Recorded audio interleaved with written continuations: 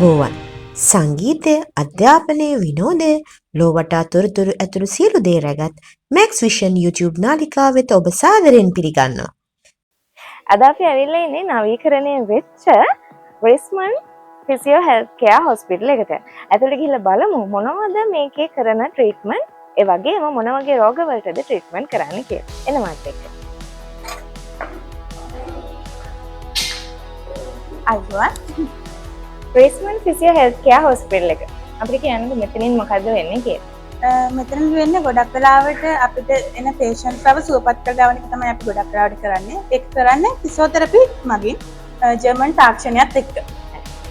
මෙතන මොන වගේ රෝගවලටද ට්‍රීට්මන්ට් කරන්නේ? ෆිසියෝതെරපි කරන්නේ? පාකින්සන්, අංශභාගය, ඔස්ටියෝආතරයිටිස්, ඒ වගේම සංධි වේදනා වලට ඒ වගේව තමයි මූලික.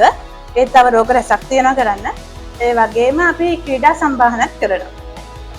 අනිත් ආයතනත් එක්ක ගත්තහම ඇයි මේ හොස්පිටල් එක සුවිශේෂී වෙන්නේ? අනිත් ආයතනත් එක්ක ගත්තහම ගොඩක්ම සුවිශේෂී වෙන්නේ අපේ තාක්ෂණය. ජර්මන් තාක්ෂණය තමයි ගොඩක් අපි භාවිතා කරන්නේ. ඒ වගේම ගොඩක් ටෙක්නොලොජි එක තියෙනවා අනිත් හොස්පිටල් වලට වැඩිය. අපිට කියන්නකෝ මොන වගේ ප්‍රයිසස් වලටද ඔයාලගේ ට්‍රීට්මන්ට් ලබා ගන්න පුළුවන් කියලා?